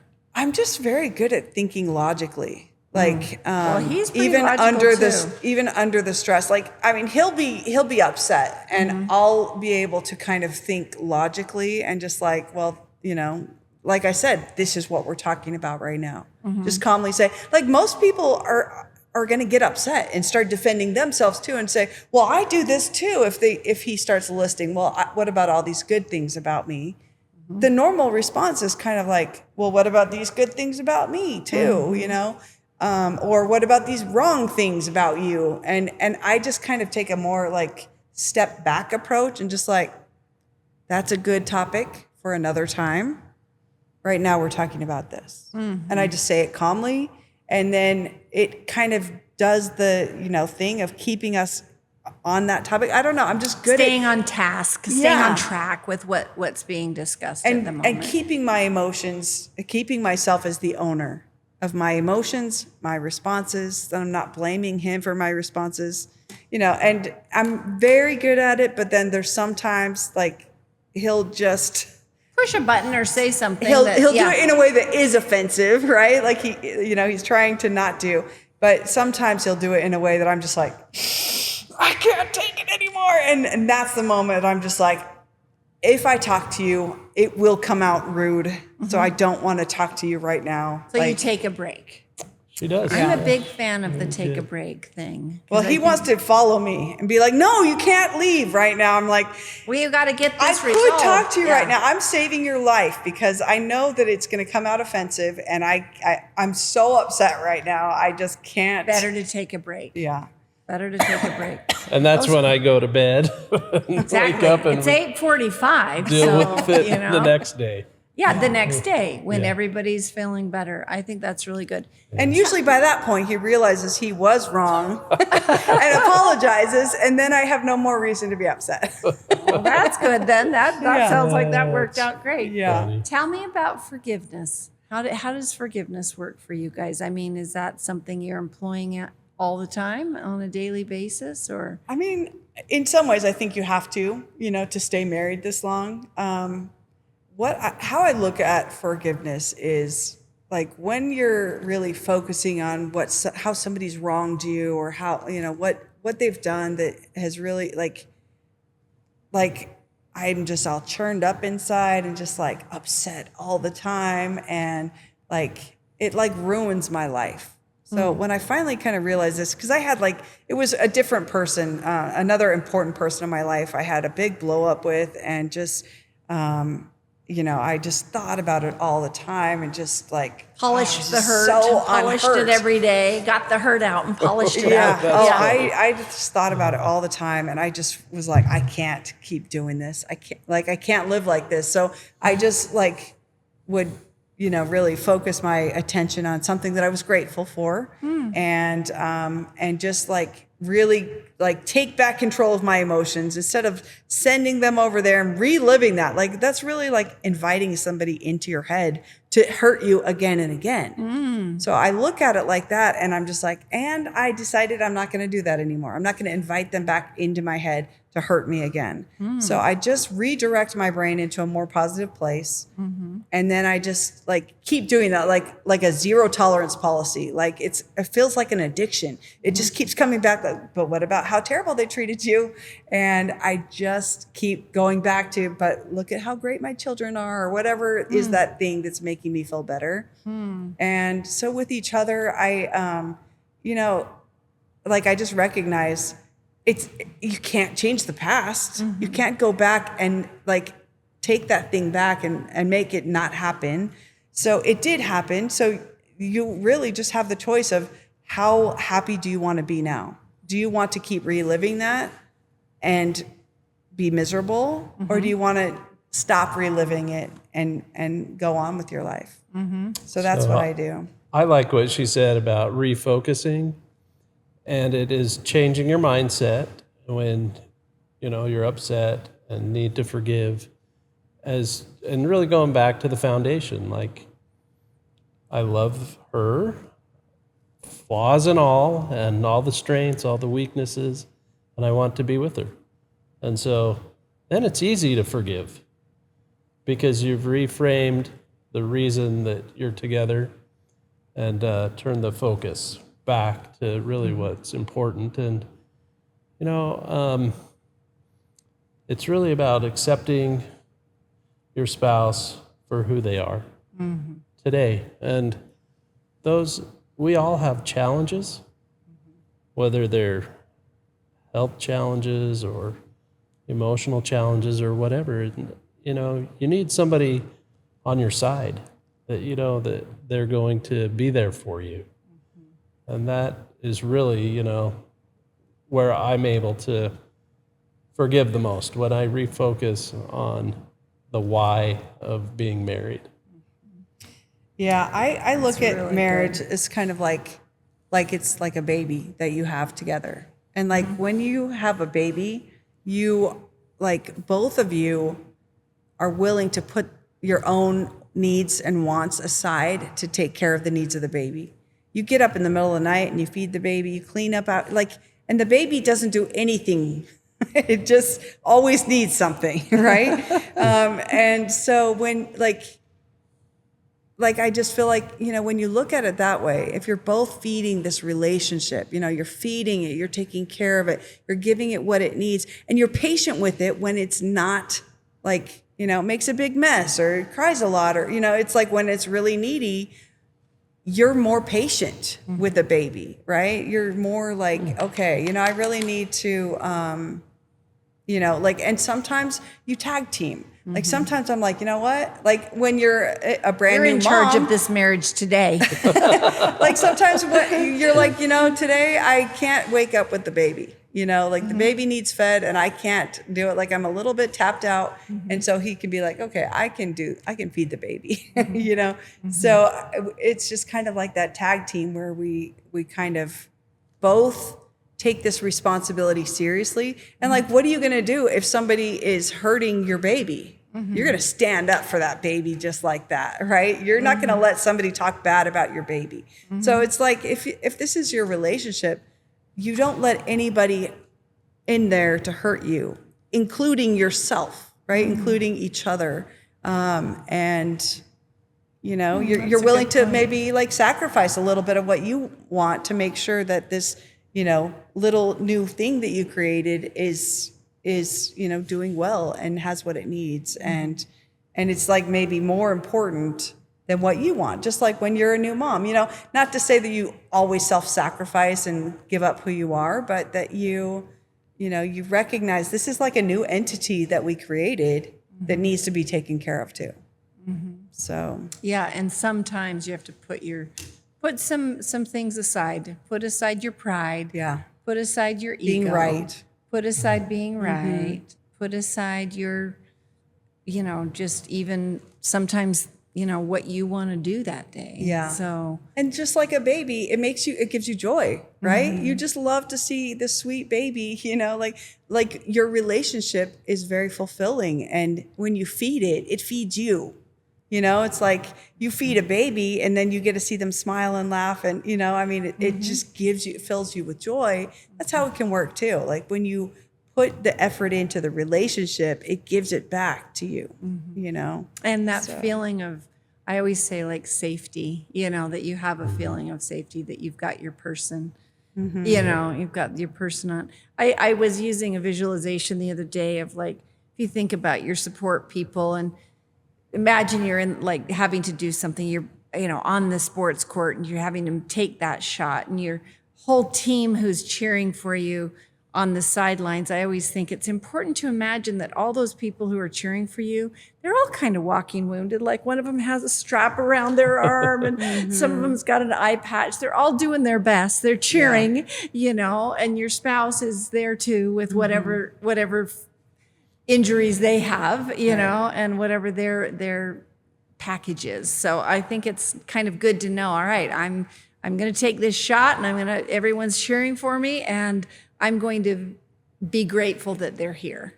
Right. Be grateful that they're here, even though they've got the wounded arm and the eye patch and, all the stuff that they're dealing with as well. Yeah. So Yeah. I think that's a good one for when you're married. Yeah. And after 33 years, we have found a balance, in our marriage, which, Balance in terms of time or just the rhythm of how you interact with each other. the rhythm of how we interact. And there's a lot less conflict. Right. I know we've spent a lot of time talking about conflict, and I know that makes it seem like there's a lot of conflict, but it's just that's where we get tangled up. Yeah. Right. That's where things get tangled up, and it's harder to enjoy Right. the marriage if you're tangled up in conflict or in control issues or in being right or all of those things. Yeah. So yeah, I think I really have appreciated you being so candid with us, because I know that it can be very helpful, because those are the struggle spots, right? Those are the places where it's really tough. And I do think I really appreciated your point, Darren, about the more you're putting into it all the time on a daily basis, the more it makes sense when you do come into those tangled spots that you have the patience to untangle it, Right. because that has become so important to you. And and sometimes you are too emotional and you need to take a break, or all of those things. Yeah. So tell me, if you were going to float back outside of your body to your younger self, do you have some advice that you would give to your younger self? Yeah, I think I already mentioned it, that I would kind of tell myself not to appease as much. I'm a people pleaser too, and I wasn't working outside of the house, so most of it would land on him. Because he thought he knew how things should be. He thought he was right, and so I usually gave in and kind of just okay. I'm a go with the flow kind of girl. I'll just go with the flow, and I kind of regret doing it as often as I did. Well, it sounds like you've done a lot of work on, just figuring out what you needed to be happy, kind of independent of anything else. And then that allows you to bring a better, more balanced self to the relationship. Yeah, and then that's how I show up in the relationship. I'm happy. I'm bringing my best. And I think we both need to do that. So Right, exactly. What about you, Darren? Well, for me, it's about control and being right. So a couple of years ago, I tore my Achilles and had to have surgery, and I couldn't drive. Oh, wow. So I was having my son-in-law who lived with us and some of my coworkers Drive you around? Or? drive me to work. Okay. And, I recognized as I was driving to work that I wanted to boss them around. It's changed to this lane. Why are you following this guy so close? Yeah. And my daughter and son-in-law were living with us, and they wouldn't load the dishwasher the way I wanted, and I did. I unloaded it and reloaded it how I thought it should be, Yeah. And through those experiences of just not being as capable as, I had been before. Because Through your whole life. Yeah, you'd not really ever had an injury that was very debilitating like that. Yeah. I really recognized that I was a big control freak. And I have let that go, and it just feels so much better. I know with my children growing up too, I tried to force them To do it a certain do way. it a certain way. And, I recently had that with one of my sons that I was trying to get him to see it my way. And he didn't. I recognized, you're just trying to control him, again. And it is something that I wish that I would have learned sooner.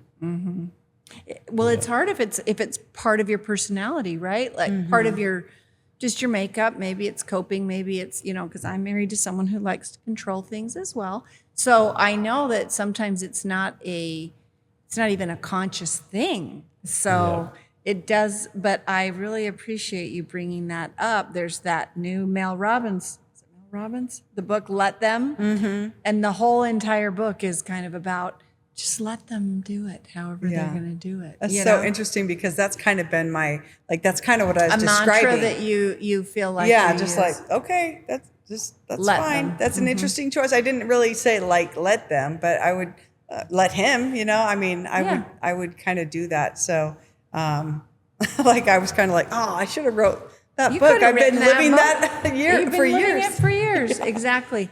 But so, Darren, in with regard to the marriage, how do you feel like? I mean, do you think your younger self would have listened to that? Like if you floated back and said, "Listen, I know you know everything, and I know you're right about everything." Do you think you would have listened to that? Well, let me Probably answer not. that in my with the thing that I said I would go back and change is to not basically not be controlled as much, right? To not be appeasing as much, To not kind of accommodate. not accommodate, to stand up for myself a little more. Like I didn't always fold. Sometimes I would stand up for myself in some situations, and I think if I did that less, I think he would have pushed more. At that stage, I don't think he would have just been like, oh, this might be wrong. Maybe I should stop. I feel like It's sort of a learning process. yeah. But people weren't putting podcasts out. I mean, like, who was talking Right. about that? Was anybody? Do you ever remember anyone talking about that ever? No. Yeah, yeah. And I think people are now talking about all kinds of things that they think, wow. I mean, I think people do it with parenting. They think, wow, I wished I knew what I know now, or have learned now. I wished I'd known that, but Yeah. there wasn't even the internet. So The other thing that Yeah, I I mean, would I tried to change- tell him about some of that stuff, but I don't feel like he didn't was sink ready in. to listen Right, to he it. wasn't ready. That's maybe part of it. What were you going to say, Darren? Well, the other thing I would go back and tell myself is Yes. to make sure that you are prioritizing, not necessarily saying, hey, I'm going to make my spouse always, number one, and that I always have to, Yeah. make her number one, but to prioritize her more, which I have prioritized, A lot of Work. responsibilities. Yeah. Boy Scouts and just a lot of other things.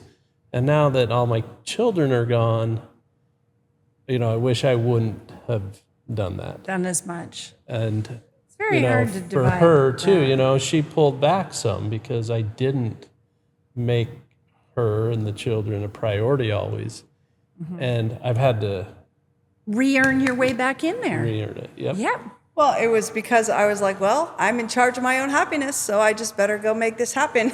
Yeah. Right? So, But see, that's what I'm loving that you guys are sharing about that, is that as marriages get long, they're always going to take that refreshed energy to say, yep, this is what I want in my life, and this is what I'm going to do. So I love that. I think that's very genuine, and it's showing how it's what people want, I think, is to just, how can I keep that energy and that focus there? And there are going to be times when it just isn't working that great, or it's slipping down, or something else is taking your focus. And then you have to pull your boots up again and say, okay, we're back in this. We're doing more together. We're, focusing and prioritizing each other. yeah. Yeah. And all those other things come and go. Yeah. And, they don't matter now. And the one person that is going to be there for my whole life is the one that's still there. Oh, And so sweet. it matters, right? It matters. It matters. I mean, I would argue that yes, your children mattered too. And your work mattered too, keeping the family going mattered Right. too. So I do think there are those things. It's just sort of, what's the order? What's Yeah. the order And of sometimes you definitely have to, reorder? Yeah. prioritize some, yes. work, if you've got a big project or whatever, and take care of that, but not make that the norm. Yeah. Yeah, I think I really appreciate you sharing that, because I think as we talk to people who are starting out, there's so much coming at once. There's a lot of things coming at once. And so it does make it really hard. And I would say that sometimes thinking that something's really, really, really important, and then you maybe do or say something that's hurtful when it's not as important probably as you maybe think it is. That's Well, it's kind of a like lot of it. Oh, sorry. Go ahead. it's kind of like everyone has this like thirst to prove themselves, right? You want to go out into the world and prove yourself that you're good at this, you're smart, you're capable, like have people think well of you. And when you get married, you kind of stop doing that with your spouse in a few ways, right? Like you kind of like you go out and try to prove how good you are in the world, and then come home and stop trying to prove how good you are. Like, which in some ways is good, right? We don't want people faking it or like acting or whatever, but we also like that becomes kind of the focus is I need to prove how good I am. I need to prove that I'm worthy or whatever. And in the home, you already know this person loves me. So you kind of like take that for granted a little bit and maybe act your best outside of the house and then come home and, maybe not act your best because where you're letting your guard down. Because they already love me. I don't have to prove myself here, So I think that's kind of how I look at that like priority situation. It's just kind of like that. Like who are you trying to prove, And that's what I was going to say. A lot of my motivations were to make myself look good in the eyes of others. And she, explained it really well. And at the end of the day, it really doesn't matter. I don't think people view you any differently because the people aren't pleased when we people please. Yeah, right. Or they might not be. Yeah. I mean, I feel like our human frailty, we have to give ourselves a little bit of rope on our human frailty for the things that we do when we go out, and maybe we do make mistakes in priorities here or there, and we do. And I think it does, I guess it's just the beauty of having a person who hangs in there with you, so that then when you can kind of get past a few things, they're still there, and there's still opportunity always to create something beautiful together. That's the balance. Yeah. We have on our refrigerator a list of just all these activities that we could do together. We sat down one night and just brainstormed, and a lot of them don't cost any money. They're just, let's go look at model homes. Which is fun. It's fun, yeah. Yes. Doesn't cost any money. Anything, It's just keeping those dreams alive. Yeah. Yeah, and also being okay with on a Friday night, just like let's go pick up food, bring it here, and watch a movie at home. Netflix, exactly. Oh, that's ideal. Yeah. I know. I think we love that. We just bought a massage chair, so our date is I'll do my 30 minutes and then you do your 30 minutes. That's nice. I love that. And then we watch a show together. Yeah. So yes, it's definitely, I think there is always a long list of things to do. Well, do you feel like there's anything anyone could learn from your marriage that we haven't covered that you think, okay, this I wanted to be sure to share this piece of advice because you guys have so much experience and so much wisdom, and I've appreciated how open you've been. I will say something that I learned like early on, I was 18 when I got married, and I had come from a home where there was a lot of like guilt trip was kind of the primary motivator. Oh, okay. So he had this moment where he was basically trying to make me feel guilty about something. He was like, aren't you going to help me with this? And I'm like, yes, when I'm done with what I'm doing right now. And, I'll be done in 10 minutes. And he was like, so 10 minutes later, I finish my homework and I go in and help. And he's like, no, I don't want your help. Tries to push me out. Too late. You've missed the window. And I had this moment of like recognition, like he wants me to feel guilty about not jumping up right then, but I wasn't ready then. I told him, I'm doing my homework. I'll be there in 10 minutes. And so I came, like he pushed me out of the room. So I went back and just enjoyed whatever Yeah, I I'm gonna did go have after a brownie. that. Yeah. And so I took him for his word. Yeah. And I just went out and he was fuming in there. And I just recognized like, and I can choose not to feel guilty, to not like let my emotions get into that collusion of dysfunction. And that was a really empowering moment for me in my life to just realize I have the choice. I love that. If I'm gonna like be empowering, like constructive or destructive. So when I recognized I had the power, I had the choice, and I could just not do that. Yeah. I was like, okay, that's all it takes is to just decide not to. Let's do that. So It's a very good insight. And I mean, that was one little example you had, but it could be 1,000 Yeah. things. And just deciding, yeah, I'm not going to feel this way Yeah. is really important. and and so it probably empowering. makes it a lot easier to actually resolve whatever the thing is. Yeah, because like there's something about one person acting normally and rationally that makes the other one who's acting irrationally just kind of like, first of all, they get more mad and try to make you play along. Second of all, they usually are like, okay, I guess I'm wrong. Like usually they'll kind of recognize it. So, so like, and I used it with other people. Like they would call me up and, try to kind of manipulate me to do something.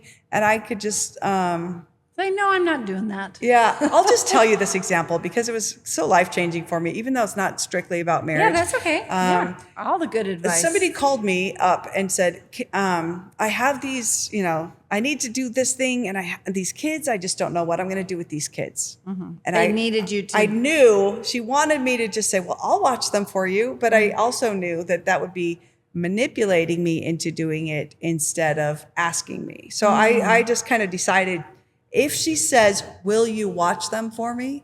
Then I will. But she didn't. She wouldn't. She would rather manipulate me into doing it. She wanted me to say, well, I'll watch them, bring them over. And if she asked me, I was willing. But I said, well, yeah, that I just took her at her word. And I said, that is hard. I've been there. That can be a hard situation. I'm sorry, you have that. And it was quiet for a minute. And she was like, well, I better go. I have to figure out what to do with these kids. I was like, oh, you would rather start this whole process over than just say, can you watch them for me? Yeah. And so like That's that interesting. lesson kind of went with me throughout my life and helped me to not, fall into the same traps that I kind of grew up with. And that I can just decide. I can just like, we have so much more power than we think we do. Yeah. You can decide how you're going to feel and if somebody's going to be allowed to influence how you feel or change how you feel or make you do things you don't want to do. Like you can just decide, no, thanks. It changed my life, No, that's a tremendous insight, Jennifer. And I really think that there's lots of applications to marriage, but lots of applications just outside and just in the world Yeah. in general. All over the place. Particularly, when you get in, you have different family dynamics, and sometimes you feel a certain way, and you think, well, I don't need to feel that way. Yeah. Yeah, Yeah. I think that's really good, very insightful. Thank so I'm you. glad you shared that with us. Thank What you. about you, Darren? Well, so for me, growing up, my dad around the dinner table would say, when you get married, you're going to be married forever. And he really trained us to be committed to the marriage. And, I took that To heart. to heart. And when I got married, even though, we got married in the courthouse, we didn't have some big grand wedding. Yeah. It wasn't about the wedding. Yeah. It was about the marriage. And, that's really been something that I've said to myself over and over. And what my dad taught me all along, you get married for life and to be committed. No, I think that's amazing. And that's such a beautiful value to have passed down to his children, which I'm sure you've shared that also with your children through your example and also just through your belief, that you Right. and you're living it. Yeah. Right. So, yeah, I think that's really It's good. I know having a person by your side is just a tremendous, a beautiful thing to have. Yeah. You know, and you think back of how many memories you have together.